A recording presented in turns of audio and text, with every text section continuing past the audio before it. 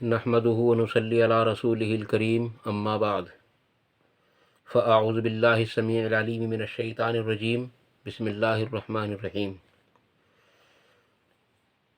شعبان کے روزے۔ حضرت عمران ابن حسین رضی اللہ عنہ فرماتے ہیں کہ مجھ سے یا کسی اور سے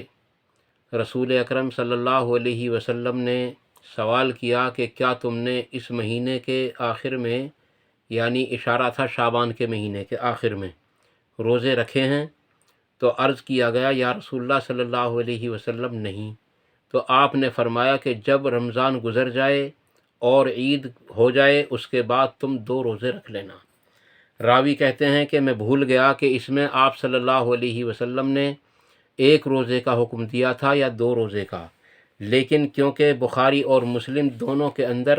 یہ الفاظ موجود ہیں کہ 2 روزے کا حکم دیا تھا، تو یہ 2 ہی روزے کا ہے۔ اور یہ حدیث آپ کو مسلم یعنی بخاری شریف کے اندر 1983 نمبر پر ملے گی، اور مسلم شریف کے اندر ملے گی 2751، 2752، 2753 اور 2754، یعنی 4 جگہ۔ اس کے علاوہ آپ کو یہ حدیث آپ کو تحفۃ الاشرف ایک کتاب ہے، اس کے اندر 2 مقامات پر ملے گی۔ ایک مسند احمد کتاب ہے، اس کے اندر 5 مقامات پر ملے گی، اور سنن دارمی میں بھی یہ حدیث آپ کو مل جائے گی، اور یہ جو ہے حدیث آپ کو اور بھی کئی کتابوں کے اندر یہ حدیث آپ کو مل سکتی ہے۔ عزیز دوستو، واضح رہے کہ آپ صلی اللہ علیہ وسلم نے اس کے اندر جو فضیلت رکھی ہے وہ کتنی تاکید کے ساتھ آپ نے لوگوں کو ابھارا اس پر کہ لوگوں شعبان کے مہینے کے اندر آپ روزے ضرور رکھا کرو۔ شعبان کا مہینہ وہ مہینہ ہے جس میں آپ صلی اللہ علیہ وسلم کثرت سے روزہ رکھا کرتے تھے، اور بہت کم ایسا چانس ہوتا تھا کہ آپ اس مہینے کے روزے چھوڑتے تھے۔ جیسا کہ تہجد کی نماز آپ نہیں چھوڑتے تھے، اسی طریقے سے شعبان المعظم کے مہینے میں بھی آپ روزوں کو ترک نہیں کرتے تھے، یہاں تک کہ حضرت عائشہ صدیقہ رضی اللہ تعالیٰ عنہ فرماتی ہیں کہ جو روزے ہم سے حائضہ ہونے کی وجہ سے یعنی رمضان کے مہینے میں چھوٹ جاتے تھے، پورے سال ان روزوں کو رکھنے کا موقع نہیں ملتا تھا، یہاں تک کہ شعبان کا مہینہ آ جایا کرتا تھا۔ اور جب ہمیں یہ پتہ چل جاتا تھا کہ اب آپ صلی اللہ علیہ وسلم روزہ نہیں چھوڑیں گے، تو اس وقت ہم یہ روزہ رکھا کرتے تھے۔ اس میں عزیز دوستو ایک بہت بڑا مسئلہ بھی چھپا ہوا ہے کہ کیا عورت بغیر شوہر کی اجازت کے روزہ رکھ سکتی ہے؟ عزیز دوستو، ہرگز نہیں رکھ سکتی۔ اور اس حدیث سے تو یہ بھی پتہ چل گیا کہ بغیر شوہر کی اجازت کے فرض روزہ اگر قضا ہے تو اس کو بھی نہیں رکھ سکتی، کیونکہ اگر اجازت لے کر بھی اس روزے کو رکھ سکتی ہوتی تو حضرت عائشہ صدیقہ رضی اللہ تعالیٰ عنہ اور ام المومنات میں سے، کیونکہ 9 اس وقت موجود تھیں، یا تو ان 9 میں سے کوئی سی اشارہ کر دیتے کہ یا رسول اللہ میں تو روزے سے ہوں آج،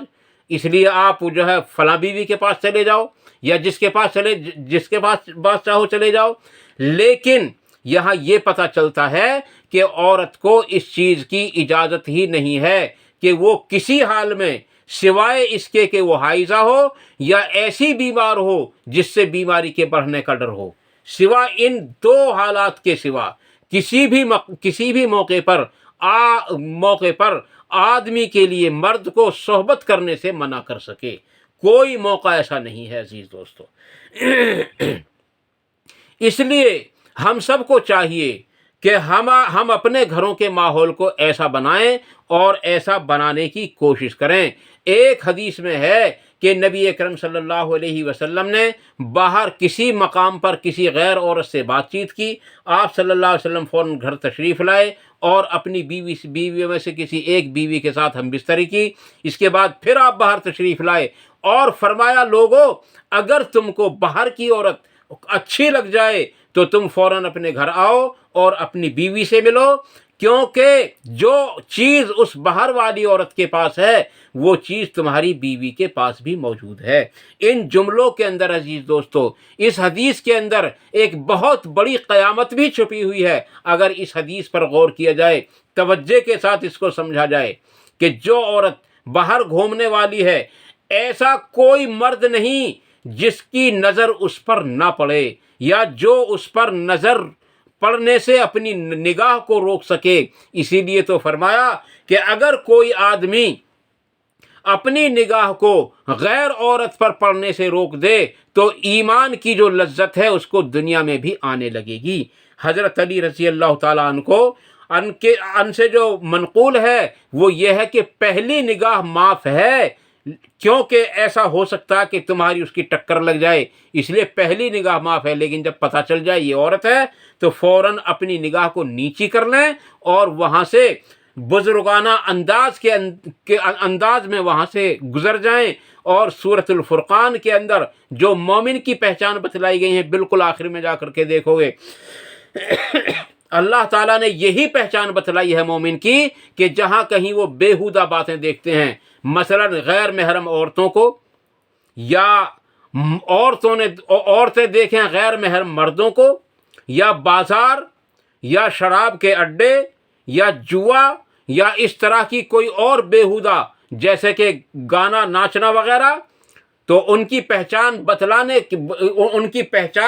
بتلاتے ہوئے اپنے اللہ تبارک تعالیٰ نے یہ بھی بتلائی کہ ان کی ایک بڑی پہچان یہ بھی ہے کہ جہاں ایسی کوئی بات دیکھتے ہیں تو وہ معجزانہ انداز، بزرگانہ انداز سے اپنی نگاہوں کو نیچی کر کے وہاں سے نکل جاتے ہیں۔